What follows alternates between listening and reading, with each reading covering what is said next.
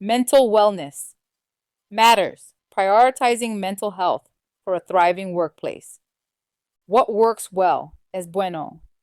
Mental health isn't just a nice to have addition to benefits, it's the foundation of a thriving workplace. The impact that leaders have on their team's mental health cannot be overstated. Some leaders create environments that foster well being, while others contribute to stress, burnout, and negativity. When leaders prioritize mental wellness, they don't just improve productivity, they transform lives. Accessible mental health resources like counseling services, support programs, and safe spaces for open conversations ensure that people feel valued, not only for their work, but for their humanity. Leaders who actively support mental health create workplaces where team members feel safe to express themselves, take risks, and seek help when needed. This support, along with concrete actions like offering mental health days and flexible schedules, signals that an organization truly values the well-being of its people. If you're looking to join an organization, pay attention to job advertisements that mention work-life balance, well-being, or supportive environment. These are signals that the company cares about more than just your productivity. It cares about you as a person, and that's where true success begins. Real-world experience. For years, I have fought for mental health to be taken seriously in the workplace. I've worked in environments that genuinely understood its importance, places that recognized us as people, not just cogs in a machine. In these spaces, mental wellness wasn't just supported, it was celebrated. But I've also experienced the opposite. I've been in environments where mental health wasn't just neglected, it was weaponized. Burnout wasn't a risk, it was expected. You were praised for how much you could endure, rewarded for sacrificing your well-being for the job, no matter the personal toll. When I hit that wall myself, feeling the weight of exhaustion and emotional depletion, I wasn't met with support. Instead, I was made to feel as though my burnout was a personal failing, as if I wasn't strong enough. That kind of environment doesn't just damage individuals, it fractures teams, destroys trust, and leaves people feeling isolated and defeated. I've lived that reality, and it's why I've made mental wellness a non-negotiable part of how I lead today. No one should have to choose between their mental health and their success. Through these experiences, I've learned that mental wellness comes in many forms. I've tried counseling, meditation, fitness routines, and mindfulness practices. But the one thing that has consistently helped me the most has been writing. Writing became my sanctuary, a way to process the complexities of my life. I've also been reminded of something my mother used to say. No other art form spoke to her soul more than music. For me, it's a combination of music and writing that has been my saving grace. Music without words can move us, but it's the lyrics that have often pulled me through difficult phases of environmental depression, especially when the source of that depression was my work environment.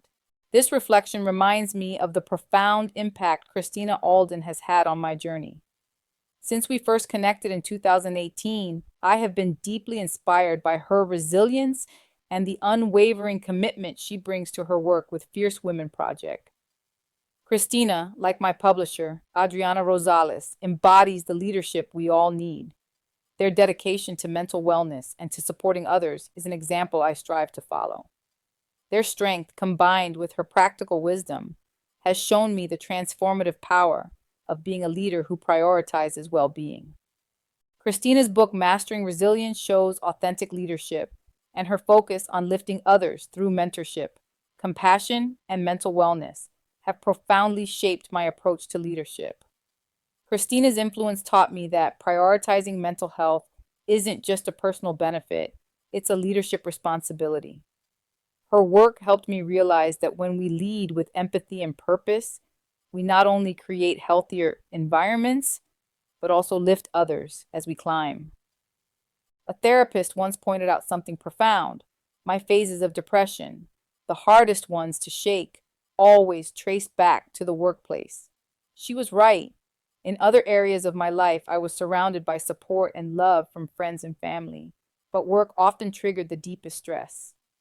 It wasn't until I processed these emotions through writing and music that I found release.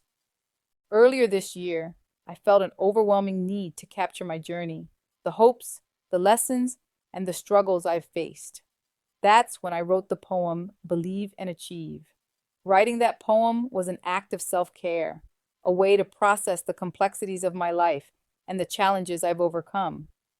When I partnered with Suno, an AI platform that turns poems into songs, I transformed my words into music and shared it with the world. The response was incredible. People reached out telling me how deeply the song resonated with them and how it mirrored their own journeys of growth and belief. AI played a crucial role in making that connection possible. Platforms like Suno give individuals the opportunity to transform personal reflections into art that resonates with others on a deeper level.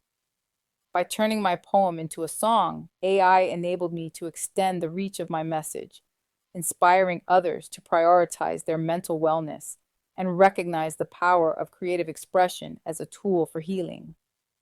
What does not work so well? No bueno. But then there's the other side of leadership, the kind that destroys rather than builds. I've seen leaders who, when faced with burnout in their teams, dismiss it as a personal problem, or worse, a personality clash. That kind of leadership isn't just negligent, it's dangerous. It sends the message that your mental health is your burden to bear, that asking for help is weakness. And when leaders neglect mental health, the consequences are clear: disengagement, high turnover, and a breakdown in trust. The red flags are there if you know how to spot them. Job descriptions that boast a fast-paced or high-pressure environment often signal a culture that values output over well-being. These are the environments where burnout is baked into the system, where you're expected to thrive under constant stress. But thriving isn't possible in those conditions. Surviving, maybe, but not thriving. What I found most shocking is how surprised some leaders are when people like me stand up and reclaim our power. They're used to a culture of silence, where no one questions them, where people accept that mental health is an individual problem, not a systemic one. But when I pushed back, when I refused to be dismissed as just having a personality conflict, that's when things started to change. They didn't expect me to stand my ground, to draw my boundaries, or to reject the narrative that I had to choose between my well-being and my career. Ignoring mental health doesn't just hurt individuals, it poisons entire organizations. I've seen it happen too many times. People don't just disengage, they leave, and when they do, they take their creativity, passion, and potential with them.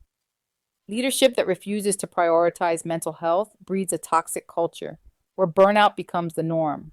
It's not just negligence, it's destruction. One song that truly resonates with the themes of resilience and empowerment is I'm a Survivor by Destiny's Child. This anthem captures the essence of overcoming challenges and embodying strength in the face of adversity. Similarly, Kelly Clarkson's Stronger, What Doesn't Kill You, emphasizes that challenges, no matter how tough, can lead to greater strength and empowerment. These songs mirror the ongoing fight for mental wellness in the workplace, where leaders who fail to prioritize mental health may inadvertently break the spirits of their teams. For those who endure and rise above these challenges, the strength that comes from overcoming such obstacles is undeniable. We don't just survive these environments, we become stronger, more resilient, and more determined to demand the change that's needed for ourselves and for others. Together, these songs serve as powerful reminders that through adversity, we can emerge not just intact, but empowered, united in our pursuit of healthier and more supportive work environments. This concludes Chapter 21. Please proceed to Chapter 22. Goals with Grace, Setting Realistic Targets to Sustain Energy and Drive.